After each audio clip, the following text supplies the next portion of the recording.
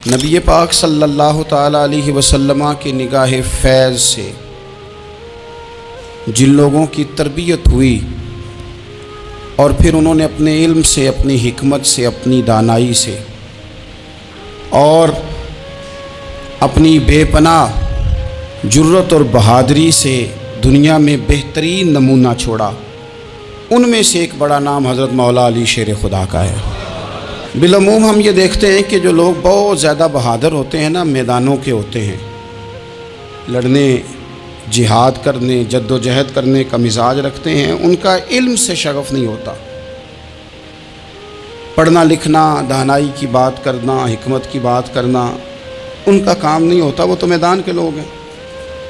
اور جو لوگ کتاب کے، علم کے، اس معاملے کے ہوتے ہیں، ان میں کئی دفعہ ایسا ہوتا ہے اللہ ماشاءاللہ کہ وہ لوگ کتاب کے تو ہوتے ہیں، علم حکمت کے تو ہوتے ہیں، لیکن میدان کے اندر تلوار لے کے بنفس نفیس شامل ہونا ان کے بس کی بات نہیں ہوتی۔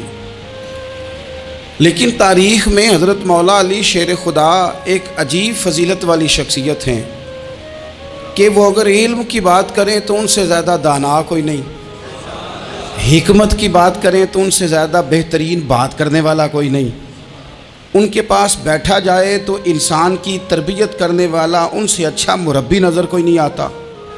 یہ ساری باتیں بھی مسلمہ ہیں، لیکن اگر وہ تلوار لے کے میدان میں نکل آئیں تو دیواریں ہلتی رہتی ہیں اور در کانپ جاتا ہے، اور علی کا نام سن کے اب بھی خیبر کانپ جاتا ہے۔ تو ایک تو حضرت علی شیر خدا رضی اللہ تعالیٰ عنہ کی زندگی میں یہ دو باتیں کہ علم، حکمت، دانائی، جذبہ، شوق جہاد کے لیے، اور پھر میدان کے اندر ثابت قدمی، اور تیسری بات جو بڑی متاثر کن ہے اور اپنی طرف کھینچتی ہے وہ یہ ہے کہ ان کی سادگی، ان کا عجز، ان کا خلوص، ان کا بالکل نارمل زندگی گزارنا، عام لوگوں کی طرح اپنے روزمرہ کے معاملات کو سر انجام دینا۔ جو آدمی کسی غیر معمولی حیثیت کا مالک ہو جاتا ہے نا، اس کا اٹھنا بیٹھنا عام لوگوں جیسا نہیں رہتا، اس کا کچھ نہ کچھ پروٹوکول ہو جاتا ہے، کچھ نہ کچھ اس کی آؤ بھگت ہو جاتی ہے، دو چار لوگ اس کے لیے کھڑے ہونے لگ جائیں تو اس کے ذہن میں بھی بات آتی ہے کہ میں کچھ چیز ہوں، اللہ معاف فرمائے۔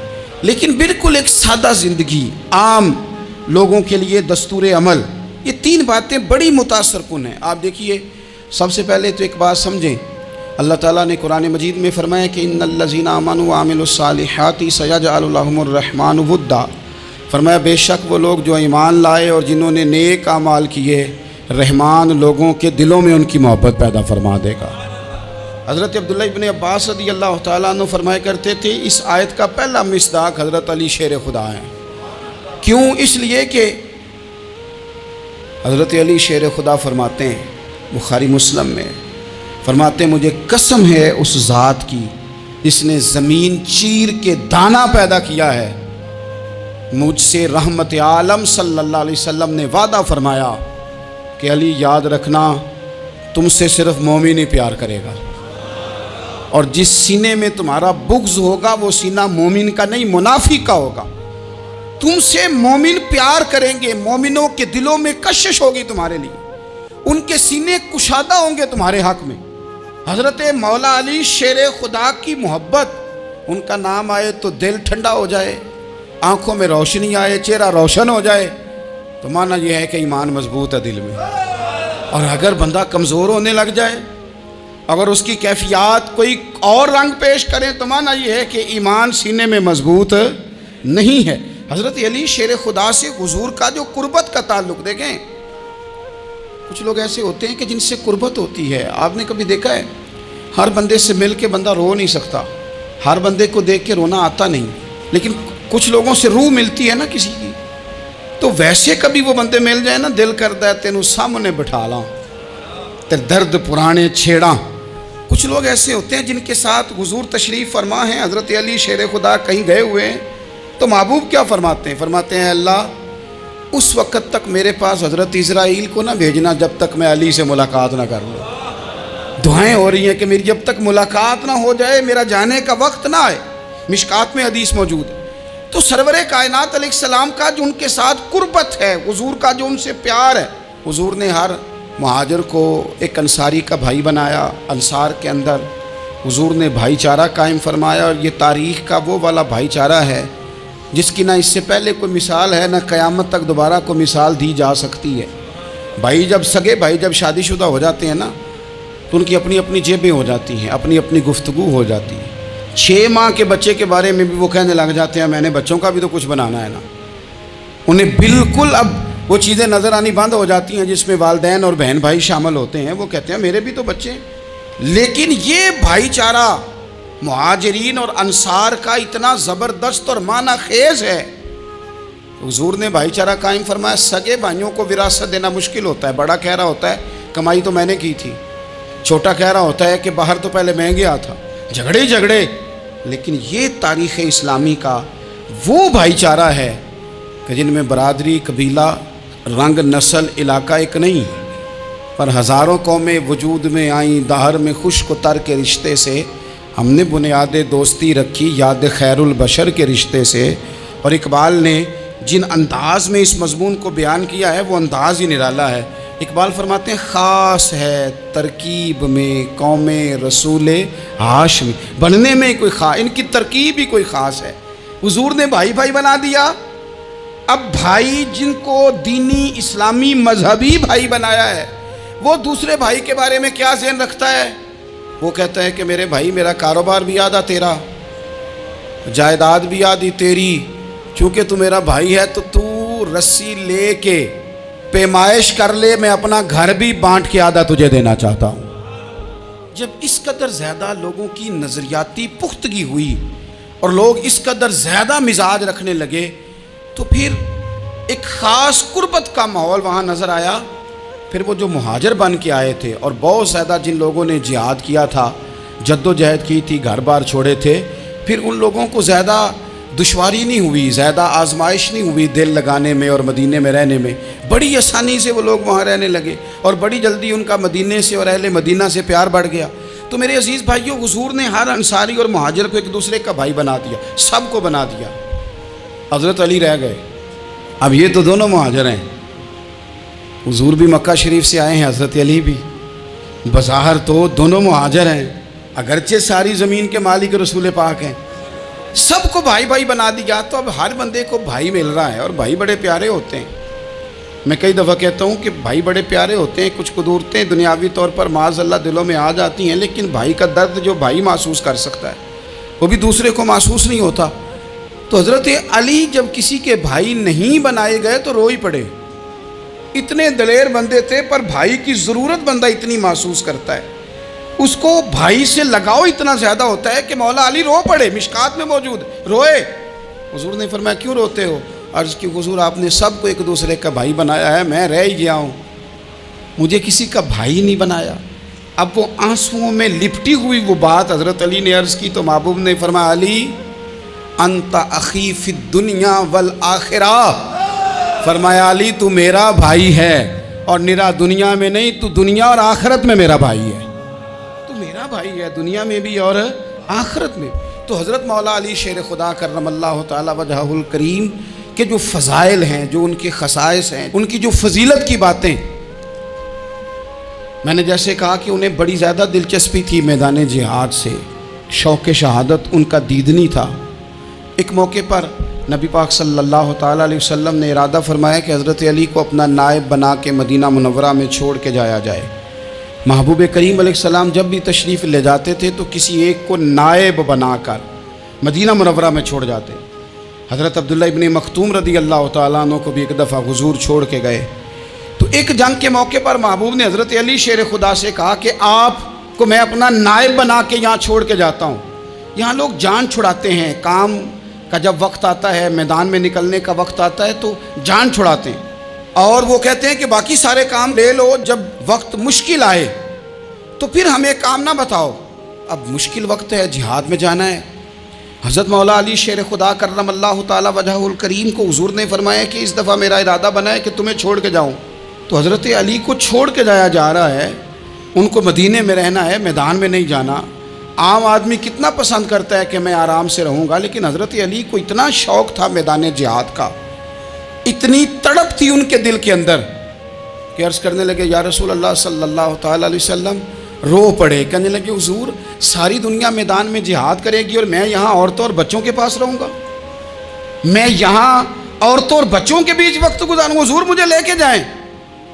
تو وہاں بھی حضور نے محبت کی بات سمجھائی، فرمایا علی جب حضرت موسیٰ کوہ طور پہ گئے تھے تو اپنے بھائی جناب ہارون کو چھوڑ گئے تھے، تو تم بھی تو میرے لیے اسی طرح ہو نا جس طرح موسیٰ کے لیے ہارون تھے۔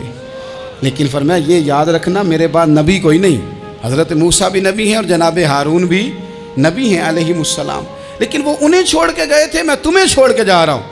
کہ ایک بات اپنے ذہن کے اندر بٹھانا کہ میرے بعد کوئی نبی نہیں آئے گا۔ تو عزیز بھائی حضرت مولا علی شیر خدا کا جذبہ جہاد۔ اچھا پھر میں نے دیکھا ہے جس زمانے میں میں اور آپ رہ رہے ہیں، اس زمانے میں لوگ کمزور ہوتے جا رہے ہیں نفسیاتی طور پر، ڈری ڈری سی باتیں لوگ کرتے ہیں، سہمے سہمے سے جملے بولتے ہیں، اور یہ ہر بندے کا اپنا الگ ڈر ہے۔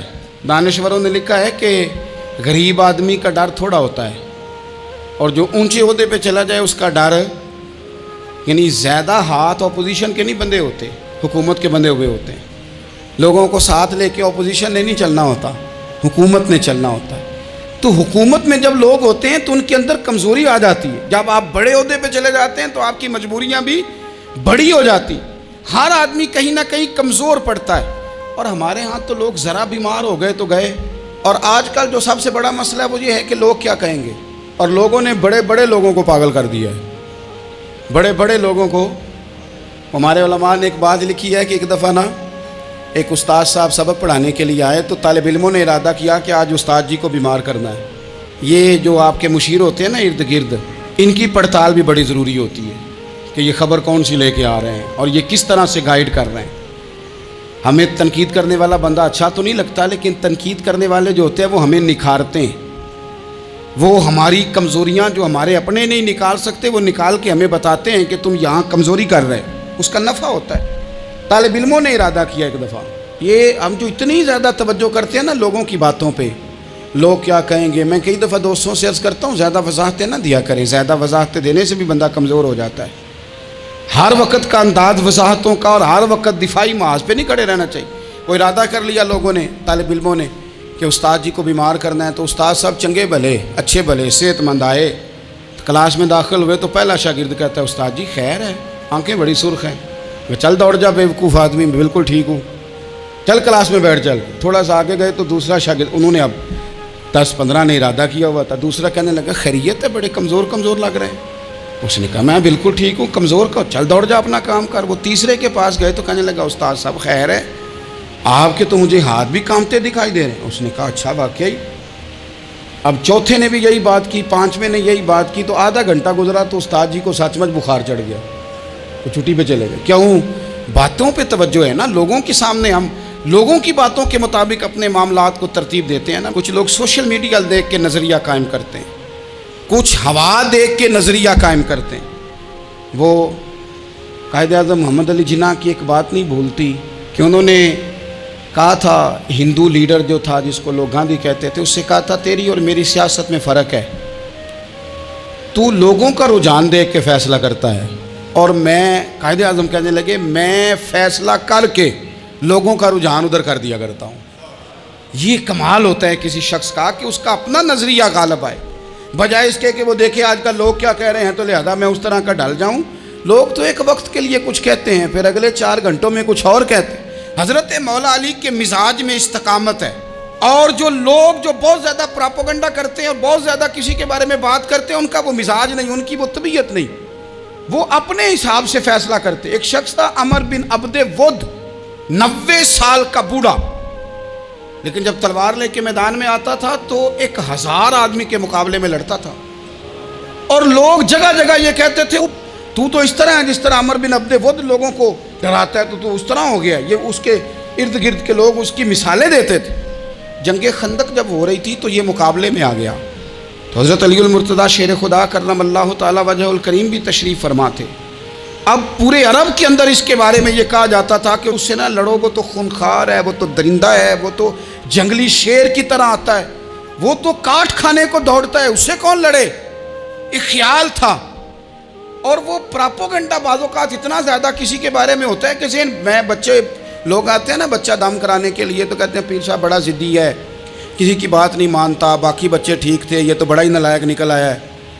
تو میں کہتا ہوں کہ آپ اس کے سامنے یہ والی باتیں نہ کریں، یہ پکا ہو جائے گا کہ میں ضدی ہوں۔ تو آپ ذہن بنا رہے ہیں اس کا کہ تو اس طرح کا ہے۔ ذہن بنا دیا لوگوں نے کہ عمر ابن عبد ود کے مقابلے میں کوئی نہیں آ سکتا۔ خندق میں یہ آیا، اس نے للکارا مسلمانوں کو، آؤ وہ تمہاری جنت کدھر ہے جس کے بارے میں تم کہتے ہو کہ ہم شہید ہوں گے تو آؤ میرے مقابلے میں نکلو۔ جب اس نے پہلی دفعہ للکارا تو ابھی بات ختم نہیں ہوئی تھی کہ مولا علی تلوار لے کے اللہ اکبر کہتے کھڑے ہو گئے۔ حضور نے فرمایا بیٹھ جاؤ، حضرت علی پھر بیٹھ گئے۔ وہ پھر پکارا اٹھو کوئی میرے مقابلے میں، تو مولا علی شیر خدا پھر کھڑے ہو گئے، پھر کھڑے ہو گئے۔ حضور نے فرمایا بیٹھ جا۔ ایک شخص نے کہا علی یہ عمر بن عبد ود ہیں، فرمایا مجھے پتہ ہے۔ نہیں سمجھے آپ بات، میں آپ کو سمجھا کے لایا ہوں پیچھے سے کہ پراپوگنڈا کرتے ہیں نا لوگ، ہو آگے نہ جانا، یہاں کرنٹ بڑا زیادہ ہے، وولٹیج بڑے سخت ہیں، تو آگے نہ بڑھنا۔ بھائی کیا ہو جائے گا، اٹھ باندھ کمر کیوں ڈرتا ہے، پھر دیکھ خدا کیا کرتا ہے۔ حضرت علی تیسری دفعہ اس نے کہا نا ہے کوئی، تو حضرت علی پھر اٹھے۔ اب تو رسول پاک صلی اللہ تعالی علیہ وسلم نے تھپکی دی۔ بعض جگہ یہ ہے کہ حضور نے خود تلوار تھمائی، سر پہ امامہ باندھا اور حضور نے فتح یابی کی دعا فرمائی۔ حضرت علی گھوڑے پہ بیٹھے نکلے، اور جب اس کے سامنے گئے تو جا کے کہنے لگا میرا پتہ ہے۔ حضرت علی فرمانے لگے تو اپنا چھوڑ، میرا پتہ ہے تجھے، مجھے تو جانتا ہے۔ کہنے لگا میں 1000 کے مقابلے میں اکیلا لڑتا ہوں۔ حضرت علی شیر خدا فرمانے لگے پتہ نہیں تو کن سے لڑتا رہا ہے، جانے وہ کون ہے جن سے تو لڑتا رہا ہے، وہ کون 1000 تھے جو تیرے مقابلے میں آتے تھے، پتہ نہیں۔ تو کہنے لگا میرا نام میری ماں نے عمر بن عبد ود رکھا ہے۔ فرمایا چھوڑ تو، میری ماں نے میرا نام حیدر رکھا ہے۔ کہنے لگا تیری عمر چھوٹی ہے، کوئی بڑا لا۔ فرمانے لگے یہ تو جب پنجے میں پنجہ ملے گا تو پتہ چلے گا عمر کس کی چھوٹی ہے، ابھی تو کہانیوں سے متاثر کرنا چاہتا ہے، تو چاہتا ہے کہ تو پریشر ڈالے اور میں تیری بات سنوں، تو مقابلے میں آ، ڈینگے نہ مار، کہانیاں نہ سنا، دیواریں ہلتی رہتی ہیں اور در کانپ جاتا ہے۔ علی کا نام سن کے اب بھی خیبر کانپ جاتا ہے، تو مقابلے میں آ، تو باتیں بنا رہا ہے، کہانیاں سنا رہا ہے۔ وہ کہنے لگا تو بچہ ہے، میں چاہتا نہیں تیرا خون بہاؤں۔ تو حضرت علی کہنے لگے میں بڑے دن سے پریشان ہوں کہ کسی بے ایمان کا خون بہایا کیوں نہیں، میرا بڑا دل کر رہا ہے تیرا خون بہاؤں۔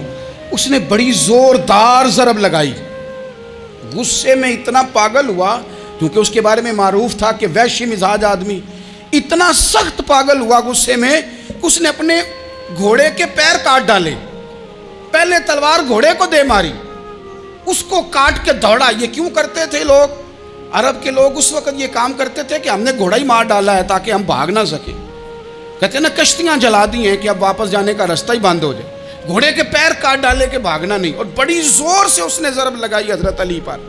حضرت علی نے جب روکی تو وہ ڈھال ٹوٹ گئی حضرت مولا علی کی، اور آپ کے امامے کو اس کی تلوار بھی لگی۔ آپ نے فرمایا دکھا لیا تو نے زور، اب میری باری ہے۔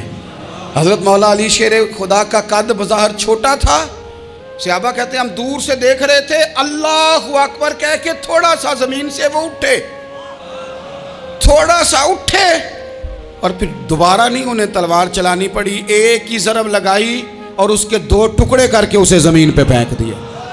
تو عزیز دوست آپ یاد رکھیں گے اس بات کو کہ اپنی زندگی کے اندر مروب ہونا چھوڑ دیں، روب میں تاتاریوں نے مسلمانوں کو مروب کر لیا تھا، روب ڈال لیا تھا کہ ہم بہت بڑے لوگ ہیں۔ یہی آج ہمارے ساتھ بہت سارے لوگ کرتے ہیں، دلوں میں روب آ جاتا ہے، امیر رشتہ دار کا، فلانے کا، پھر وہ جو مرضی کرتا ہے۔ تاتاریوں کی ایک بی بی وہ کیا کرتی، وہ 9-10 مسلمان نوجوانوں کو سڑک پہ کھڑا کر جاتی، کہتی ادھر کھڑے ہونا، میرے آنے تک ہلنا نہ، جوان ہے لیکن روب ہے نا کہ یہ بڑے وحشی ہیں۔ اکیلی بی بی اندر جاتی، تلوار لے آتی، اور وہ کھڑے ہیں، وہ بھاگے بھی نہیں، اتنا ڈر گئے، ٹانگیں کانپ رہی ہیں، بھاگنے کی بھی جرت نہیں کر رہے۔ تسلی سے گئی ہے، تلوار لے کے آئی ہے، اور اس نے 9 جوان مسلمانوں کے گلے کاٹ دیے۔ اس روب سے نکلیں باہر، نوجوانوں سے کہتا ہوں نکلو۔ اور جن لوگوں نے دنیا میں انقلاب برپا کیا وہ غریب گھروں کے تھے، وہ لوگ تھے کہ جو بظاہر کسی بڑے قبیلے سے نہیں تھے۔ آپ محنت کریں، تعلیم حاصل کریں، جد و جہد کریں، مشقت کریں، اپنی زندگی میں کچھ مقاصد کے حصول کے لیے آگے بڑھیں. اور اگر آپ کہیں کہ دائیں بائیں میرے فلاں آدمی مجھے یہ مشورہ دے رہا ہے، تو کچھ لوگ دنیا میں باتیں کرنے آئے ہیں، انہوں نے باتیں کرنی ہیں اور بڑا فائدہ ہوتا ہے، ان کو باتیں کر لینے دیں، ان کو کرتے رہنے دیں. کام کرنے والا بندہ کام کرتا ہے اور کرتا ہی چلا جاتا ہے، وہ منزل تک پہنچ جاتا ہے. تو حضرت علی کے مزاج میں دلیری ہے، ہمت ہے، ایک بات. اور دوسری بات دانائی، حکمت.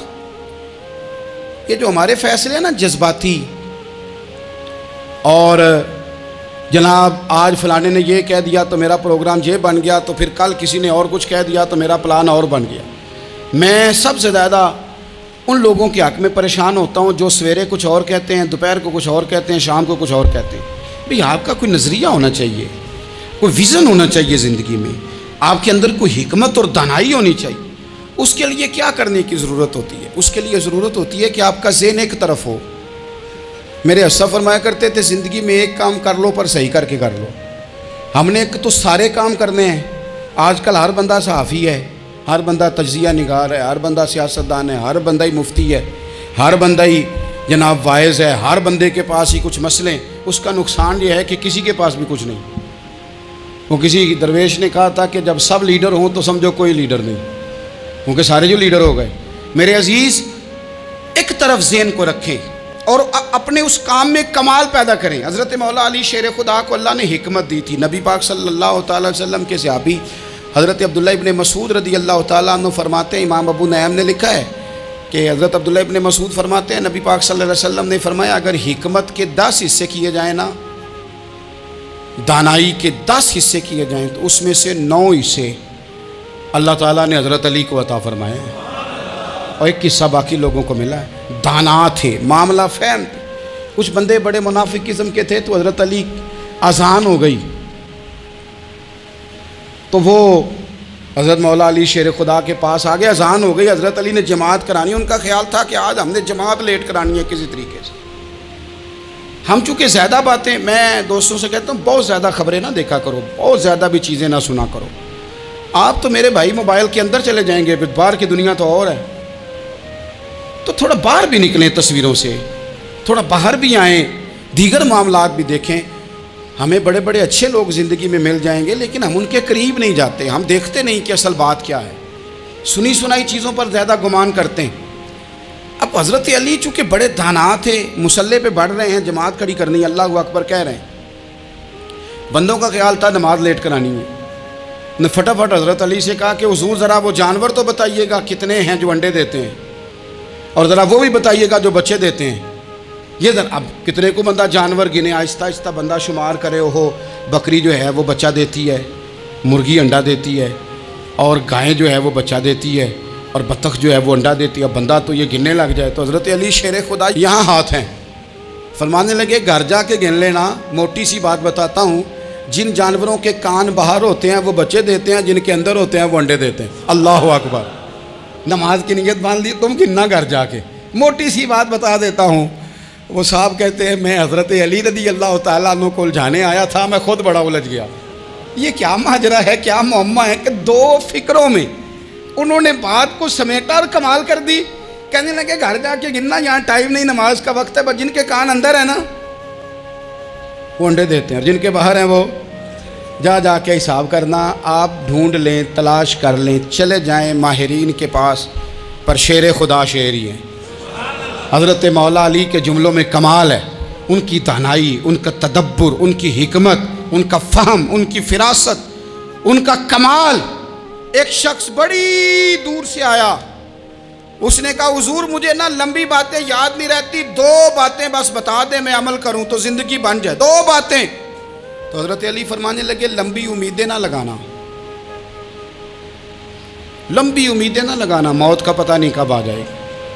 منصوبہ بندی ضرور کرنا آنے والی نسلوں کے لیے، اپنی ذات کے لیے لمبی امیدیں نہ باندھنا، یہ بھی کر لوں گا، یہ بھی کر لوں گا. ہم ریٹائر نہیں ہوتے زندگی بھر، پلان پہ پلان، پلان پہ پلان. تو اگر ہم پلان کر رہے ہوتے ہیں تو جو ہمارے نیچے ہوتے ہیں وہ ہمیں ریٹائر کرنے کا پلان کر رہے ہوتے ہیں. اولادیں تک والدین کو کمزور کرنے کے در پہ ہوتی ہیں کہ اب یہ ہٹے تو ہماری باری آئے. حضرت علی فرمانے لگے 2 کام، ایک تو لمبی امید نہ باندھنا، اور دوسرا فرمایا اپنے نفس کی خواہش کی پیروی سے بچنا۔ دنیا میں رسوا وہ لوگ ہو جاتے ہیں جو اپنے نفس کی خواہش کی پیروی کرتے ہیں، وہ بزدل ہو جاتے ہیں جو خواہشات نفسانی کے پیچھے بھاگتے ہیں۔ یہ کام نہ کرنا، تو دانائی اللہ تعالیٰ نے انہیں دی۔ پھر مزاج میں سادگی اور بلا کی سادگی۔ جوانوں، سادہ زندگی آسان ہوتی ہے، یہ جو زیب و زینت والی زندگی ہے یہ مشکل بڑی ہے۔ آپ یقین کریں جن لوگوں نے کپڑے پہننے ہیں نا پردے کے لیے، وہ بڑے سوکھے ہیں، جو بھی مل گیا پہن لیا، اور جنہوں نے دکھانے کے لیے پہننے ہیں وہ بڑی مصیبت ہے کہ یار میں نے اتنا مہنگا جوڑا پہنا ہے، کسی نے تعریف ہی نہیں کی۔ کوئی تعریف کر دے تو پھر کہتے ہیں دیکھا نا آنکھیں چندھیا گئی نا دیکھ کے، اور نہ کرے تو کہتے ہیں جال ہی گیا ہے پورا، ایک جملہ نہیں بول سکا۔ چونکہ مزاج ہے نا، یہاں جو آدمی کھیت سے اٹھ کے آیا نا چارہ کاٹتا، تو اس کو جہاں بھی موقع ملے گا اس نے بیٹھ جانا ہے، جمعہ پڑھنا نکل جانا ہے۔ اور جس بچے نے 4-5 ہزار بالوں والوں کو دیا ہے نا سیدھے کر دے ذرا میرے، وہ بڑا پریشان ہے کہ میں نے اتنی محنت کی ہے کسی بندے نے دیکھا بھی نہیں۔ سادہ زندگی آسان ہوتی ہے، بندہ سوکھا رہتا ہے، اور جو تکلفات والی زندگی ہے، لوگ تعریف کریں، لوگوں سے کچھ، وہ مشکل ہے۔ حضرت مولا علی اتنی حکمت، اتنی دلیری، اتنے بڑے آدمی، لیکن ایک دن نا نبی پاک صلی اللہ تعالیٰ علیہ وسلم کو پتہ چلا کہ حضرت فاطمہ زہرا میں اور جناب علی میں کسی بات میں رائے کا اختلاف ہوا ہے، تو حضرت علی ناراض ہو کے چلے گئے، حضور ڈھونڈنے نکلے، یہ بخاری میں موجود ہے۔ سرکار ڈھونڈنے نکلے تو دیکھا کہ حضرت علی نا مسجد نبوی کے ساتھ ننگی زمین پر ایک چادر بچھائی تھی، تو وہ جب سوئے حضرت علی تو آپ نے کروٹیں بدلی تو چادر بھی تھوڑی سرک گئی، تو سارے کپڑوں کو مٹی لگی ہوئی ہے، اور آرام سے حضرت مولا علی شیر خدا آرام کر رہے ہیں۔ میں جوانوں آپ سے کہتا ہوں یہ زندگی سوکھی ہوتی ہے۔ میں نے کھیت کی وٹ پہ، بننے پہ، کھیت کے کنارے پہ کسان سوتے ہوئے دیکھے ہیں، اور میں نے 1.5 کروڑ کی گاڑی میں نفسیات کے ڈاکٹر کے پاس بیٹھا وہ شخص دیکھا ہے جو کہتا ہے پتہ نہیں کیا بات ہے، نیند کیوں نہیں آتی۔ وہ زندگی آسان ہے، اس میں تھکاوٹ ہوئی ہے، بندہ سو گیا جہاں جگہ ملی، سو گیا، اور کچھ تڑپ رہا ہے کیونکہ وہ عادی ہو گیا ہے، یہ 2 منٹ کے لیے بند ہو گیا ایسی، تو وہ گیا۔ حضرت علی وہاں آرام سے، سارے کپڑوں کو مٹی لگی ہے۔ میں مولا کائنات کی بات کر رہا ہوں، میں شیر خدا کی بات کر رہا ہوں، میں اسد اللہ کی بات، امام المشارق والمغارب کی بات کر رہا ہوں۔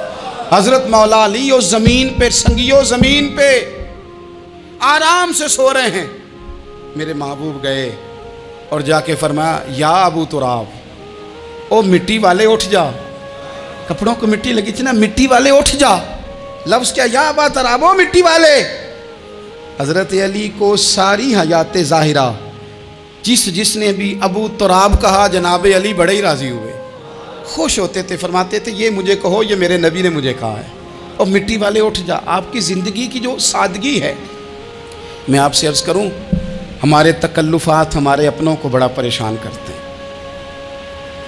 ایک داماد وہ ہوتا ہے جو جہاں بٹھاؤ بیٹھ گیا، تو بوڑھا سسر بھی سکون میں ہے، ساس بھی آرام ہے، اور ایک وہ ہے کہ جو ہر بات میں بگڑتا ہے کہ یہ چادر میرے شایان شان تھی جو بچھائی ہے، تو پتہ نہیں ہے میں کون صاحب ہوتا ہوں، تم نے میری مرضی کے مطابق فلانا کام نہیں کیا۔ آپ یقین کریں سسر بیچارہ ادھار پکڑتا پھرتا ہے کہ داماد صاحب آ رہے ہیں، ہر بات میں رٹا، ہر بات میں جھگڑا۔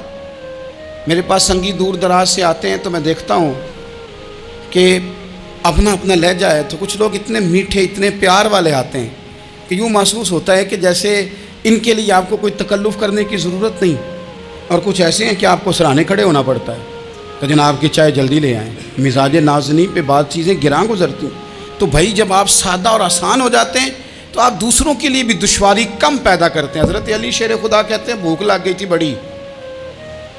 بھوک بڑی لگ گئی، اور حالات غربت کے تھے، آزمائش تھی، تو فرماتے ہیں کہ میں نے سوچا مزدوری نہ کر لیں۔ ہم کیا کرتے ہیں، جو زیادہ غریب ہے وہ مانگ لیتا ہے، جو درمیانے طبقہ کا وہ ادھار لے لیتا ہے۔ حضرت مولا علی نے کیا فرمایا، فرمایا مزدوری نہ کر لیں، چونکہ حالات کچھ اور تھے۔ حضرت مولا کائنات شیر خدا کرم اللہ تعالیٰ وجہ الکریم فرماتے ہیں یہ سادگی دیکھیں۔ آپ فرماتے ہیں میں مزدوری ڈھونڈنے نکلا، کیوں نہیں ملتی ہمارے جوانوں کو مزدوری؟